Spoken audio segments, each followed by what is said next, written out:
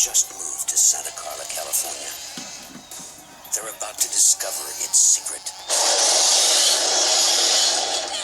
Notice anything unusual about Santa Carla yet? No.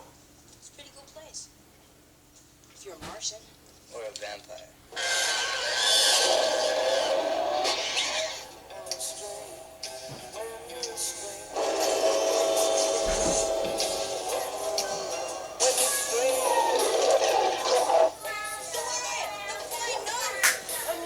Sammy, help me!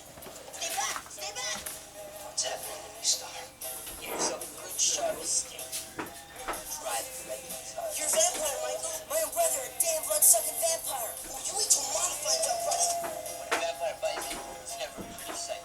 Michael, they're coming!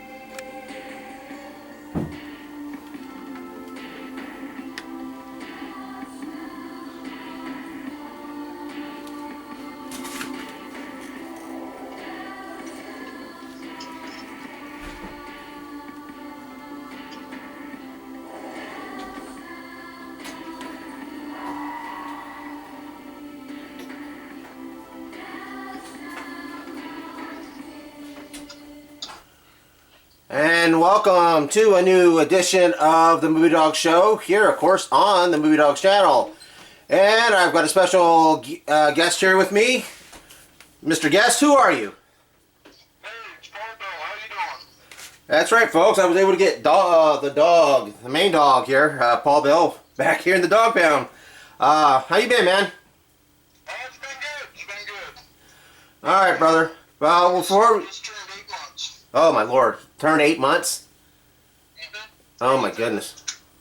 Time flies. Yeah, it does. Well, I just want to let everybody know that we are going to be talking about The Lost Boys, the 1987 Joel Schumacher classic.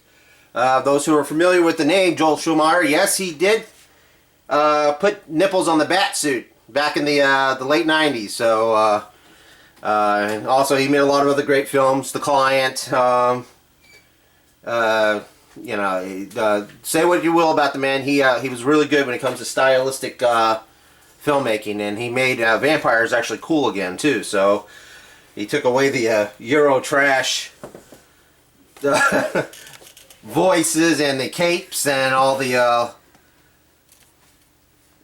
other little motifs and everything that went with the vampire or the Bela Lugosi style of look of vampires. He Americanized them.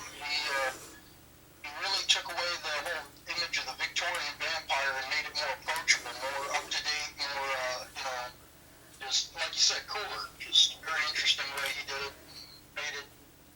They become one of our cult favorites nowadays. Oh yeah, I mean he really. I mean originally Lost Boys was meant to be a like Goonies meets Dracula, and it was originally going to be directed by Richard Donner, who directed the Goonies and Superman, but he ended up making Lethal Weapon instead. He stayed on as executive, but they were able to get Joel Schumacher to be part of the movie. So, but Paul, what's your earliest memories? I mean, when was the first time you saw this movie? First time I saw that movie, I was probably about 10 years old. You kind of miss a lot of the nuances in the film.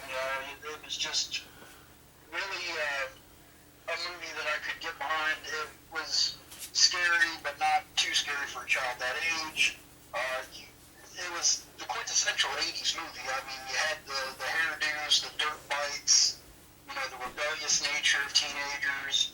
You know, as a kid watching it, you kind of felt, cooler for having been a part of it, for seeing it. You know, you mentioned hairstyles, and I'll tell you what, I have never seen anybody since, before, or after rock the spike mullet look better than Keith or Sullivan. That's exactly it. I've never. I mean, he had that very, as you said, very modernized Dracula look with the trench coats, and after that, all vampires started having trench coats. Oh yeah. And long hair or earrings and stuff, but this movie had a big cast too. I mean, you had, unfortunately, some great movies cause bad things. It caused the birth of the two Coreys, and the barrage of bad movies that followed. But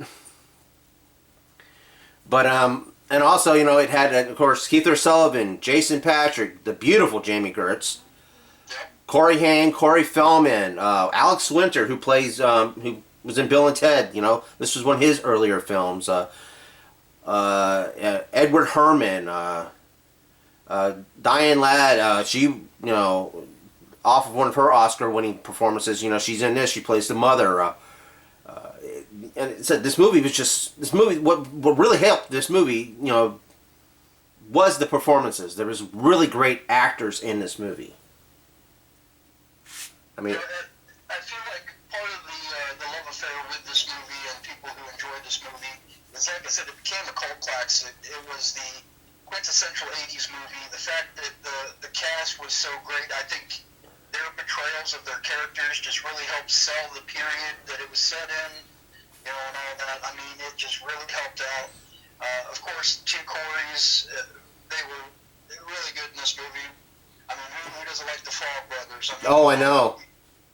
You can't hate the Frog Brothers. I mean, that would have been great to, because they wanted to make a sequel. Schulmeyer wanted to make a sequel and call it The Lost Girls and keep the Frog Brothers into play. I mean, eventually they made two sequels that were not all that good, about 10 years ago. But still, nonetheless, I mean, 30 years later, or almost 30 years later, if not a little over 30 years later, this film still resonates. It still holds up. Yeah. It still holds up. I mean, you've done your job well and everything, and that's the sign of a great director and a great cast, as everybody can come together, and their performance is still, like, if this movie was to come out today, it'd be a hit. Oh yeah. I mean, I will put this up against any of those Twilight movies or any other vampire franchises, maybe even up against Interview with a Vampire, which came out about maybe 10 years later. But, I mean, I don't know that you can compare it with Interview with a Vampire. I mean, that's kind of apples and oranges. But as a teen vampire movie, this is not that light, fluffy, girly Twilight. This is a movie that both, all young adults could enjoy. Not just the 14-year-old girls drooling over, a main character.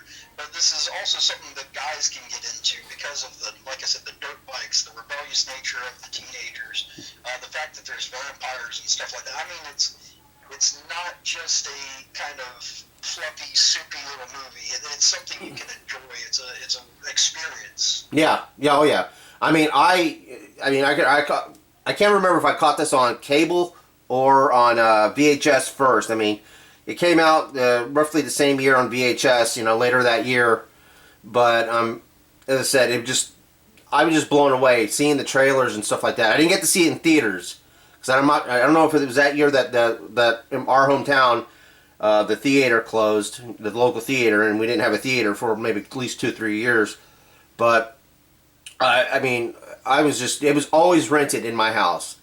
And my brother Sean, he'd always rent it and bring it home, and we're always watching it, and then eventually he bought it on VHS, and then we're watching it constantly. And then one of my favorite memories, though, when it comes to this movie, is that I remember when it came out on a 2-disc special edition back in the mid 2000s, and I think it was during the movie's anniversary year, and I saw it, and it was on sale, and I'm like, oh man, when I get the money, I'm going to buy it. And then it was gone the next night, and come to find out, that was my brother had bought it for me for Christmas, and sadly, it was the last Christmas he would spend. I ended up getting the flu that year, so I couldn't celebrate Christmas, but. Again, that's one of the best memories, because it's one of those, movies that you also can remember who you were with the first time you saw it, and how it meant for you. You know, that's one of the best things about I like to when I talk about movies. Those favorite moments in life. You know, that's why I love about movies. You know, it gives you those memories along with anybody that's with you, and you can share those. I mean, as I said, what do you, what was your earliest memory of this movie? Like I said, I was about 10 years old. I watched it with my best friend at the time. We were pestering his sister to watch this movie because she was obsessed with Michael. She thought he was the most gorgeous thing on the planet. She watched this movie over and over and over, and of course we were too young to watch it, as she said. But no, I mean, when she broke down and let us watch it, we were so excited. It was really an experience. I mean, the characters, the way they portrayed, the actors portraying the characters were really good. The story was good. I mean, it was just visually, it was good for the time period. The soundtrack was good. I mean, just all around, it was a great movie. In my opinion, I hold it above Fright Night. Oh yeah. Oh, absolutely. Absolutely. I mean, that was something that was right around the same time period, about the same genre. You know, very similar movie. Yeah, no, I hold it in much higher regard than I would Fright Night. Yeah. And even things like Once Bitten with Jim Carrey in it. I mean, those 80s vampire movies that kind of just came out one after another. I feel like this, like it's a cult classic. You can't approach it. It was the pinnacle of that time when it came to... Exactly. And it kind of, I think, it just kind of refashioned horror films altogether, because, you know, we had a lot of the slasher films. We had, you know, the Friday the 13th and the Freddy Krueger movies and Hellraisers and everything. And this movie really did not rely too much on special effects. There was barely any special effects at all. They were all practical. But they saved a lot of it for the end, you know, especially when it comes to them flying. You only saw them flying maybe 2 or 3 times in a special effects shot, and that was Keith Sullivan and Jason Patric's character while they were fighting. But you know, this movie is one of those rare horror films that had very little gore in it, and you know, and they were real fast shots of that as well. But they were it's more or less the suspense and the. That's what I was about to say. It was more of a thrilling suspense. It didn't rely on the gore like a lot of the horror movies did, but at the same time, even the makeup, the practicality of the makeup. It was just very well done. I can remember being 10 and thinking, you know what, this is something I could see and go, okay, maybe I can't just say outright, you know, I can see the strings, or I can see where that's not plausible. I mean, it looked very well done. The practical effects were good. You know, even the flying around, I mean, it was still very practically done. It wasn't outrageous or anything like that. Like I said, it's an experience. It's not just some one-hit movie that you watch one time, you don't watch ever again. I mean, if they were to maybe make another one, make a 4th film or something, and call it The Lost Girls, you know, make it like a soft reboot, or, you know, stay in that universe or something like that, but do a girls' version and everything. Would you be up for that? Would you go see that? As long as it seems to be in the same style and shot in the same similar way. I mean, of course, with a better original story and everything, as most sequels should have, or remakes. But what do you think? Would you do that? Would you be up for that? I feel like that'd be hard to do. After seeing the sequels that they did put out, one of the first things you notice is the fact that Corey Haim is not there. You know, he was he was the main character, basically, of the Lost Boys. And, you know, him not being in the sequel did make it a little harder to watch. I mean, of course... Well, he was in the deleted scenes. I mean, Corey Haim was in those deleted scenes, but they never added him into the movie. Yeah. But I had to say, you know, the Frog Brothers would have been even a Frog Brothers spinoff movie. I think would have been even better, you know, than just. I feel like if they were to do one right now with the Lost Girls, I think they would have to have Corey Feldman in it. I don't see any way around that. I mean, even though, you know, Kiefer Sutherland's character was you know, killed off, spoiler alert, you know. I believe that getting him in there would make it the movie it needs to be, especially if they got a really good cast. Yeah. And that's the key. That's the key. I believe Kiefer Sutherland as like the main vampire, the big bad of all. I think between him and Corey Feldman, you know, this younger, you know, kind of a group of clashing, you know. Yeah. I feel like that would be the movie that would, you know, make it far above the sequels and even might rival The Lost Boys, as long as it's done right with the right kind of story and the right director. Yeah, exactly. And But I feel anything short of that, I don't know that I could try to sit through another one of the sequels. I mean, they were trying, to say the least. yeah. I mean, when it came to, like, you know, when you talked about Fright Night, they had a sequel. It wasn't that good, and then they did a remake several years back, or about 10 years ago, with Colin Farrell, which actually was pretty good. I have to give him kudos. Colin Farrell wasn't bad. Yeah. But it wasn't as good as the first one, no. No, it didn't hold up. But again, I mean, and you were talking about the soundtrack. The soundtrack was very good. I mean, Roger Daltrey of The Who, he did a rendition of Elton John's Don't Let the Sun Come Down on Me, which I think he killed it. I love that version of that song. And of course, you know, the theme song to the song, Cry Little Sister, I can't remember who performed it, but it was the theme song to The Lost Boys. I mean, do not recall a person in the 90s that did not have that song somewhere. yeah, exactly. Like I said, first watching it, I was about 10 years old. I was with my best friend at the time. His sister, like I said, obsessed with Michael, absolutely loved that song. I can remember hearing it in their house for at least 2 years. I mean, she played the hell out of that song. And I mean, I still know folks nowadays that have it on a playlist and listen to it every once in a while, you know. I do too. I do too. Yeah, I was about to say, it's one of those songs that's like a guilty pleasure. You keep it there, even though, you know, there's some people that might not like it as much as you do. You keep it back there every once in a while when you're having one of those trying days, you listen to it. Yeah. Oh, yeah. Well, I mean, as I said, I mean, there's so much. I mean, there's so many great moments in this film. I think a lot of people when they tend to that favorite moment of the film, they tend to go to where Corey Feldman's in the bathtub and he's singing that one song. I can't remember what the name of the song was either, but he's singing along with it while he's shampooing his hair, and the whole time his dog's sitting in front of the, you know, waiting for Michael to come up, and, you know, Michael's starting to get that urge for blood, and you know, but a lot of people really go back to that scene. But what was your favorite scene that you can recall in this movie? It probably had to be introducing them to the Frog Brothers.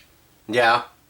I mean, Corey Feldman, he did so well as well, his character just played so well. And then watching them, you know, fight the vampires with basically squirt guns and garlic was just...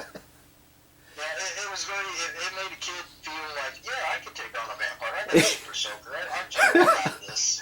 And I tell you, those death scenes, man. I mean, those were some really outrageous death scenes. I mean, they saved all the special effects towards the end of the movie. I mean, so. But I do have to say, for me, the favorite scene, it's towards the end of the film. It's at the end of the film, and right after the grandfather, he gets out of his car and everything. After the main vampire, who was going after Diane Ladd's, the boys' mother and everything, to try to bring everybody else into the fold.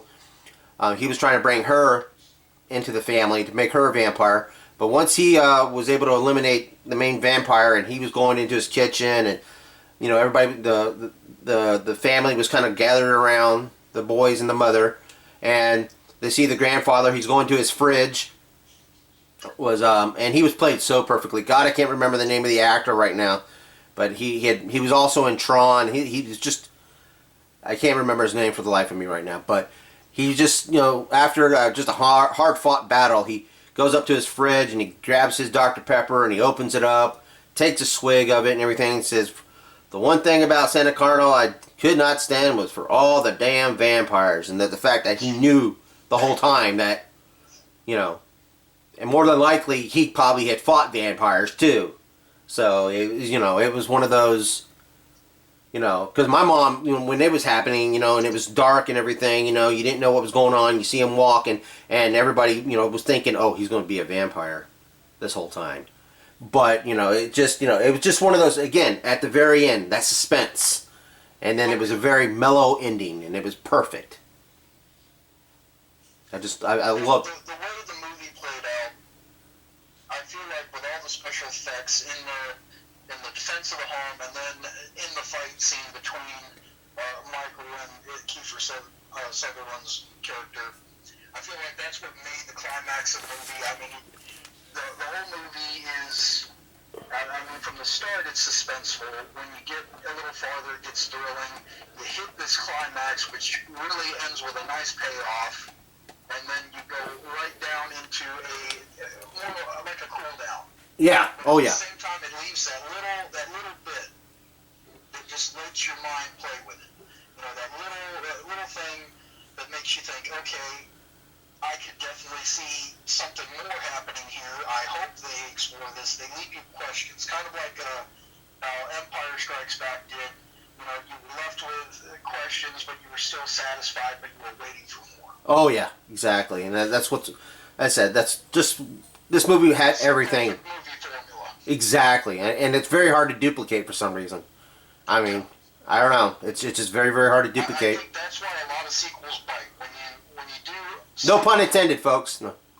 And they don't fine tune the second. They try to coast and rest on their laurels, and it just doesn't work out. Yeah. Well, brother, as I said, I don't want to give too much away on this movie and go into great details about everything about it, but again, brother, I'm always going to give this movie 5 paws. You know, that this movie is the quintessential 80s horror film. It is one of those watermark films of the 80s and everything that you look at it, that's a movie from the 80s, but it still works. Like, you know, all those movies that are from that time and everything. It has that staple, it has that look, but God, it's still that damn good, you know. Oh, I agree, absolutely. It's a great movie. I mean, the only downside, and this comes from having younger kids, you know, while it holds up for adults, and you could probably get a teenager to watch it, I don't know that it's as visually grabbing for audiences that are less than maybe 13 years old. I feel like they lack the maturity. Yeah.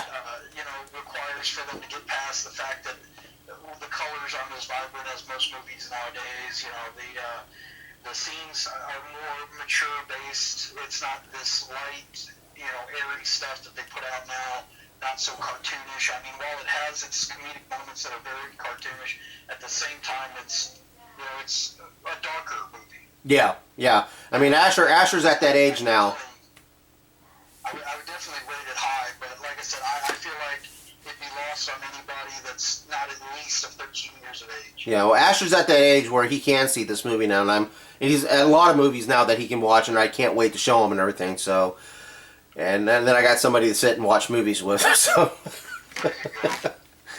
all right, well, brother, that about wraps it up for us. Again, I want to thank you for popping up, brother. I really miss having you around on the show. And I know you've been so busy with the baby and being married now, and God, you know. Well, I tell you what, brother. I mean, it's the funnest time in the world and everything, especially when they're little ones and then they start talking. That's really fun.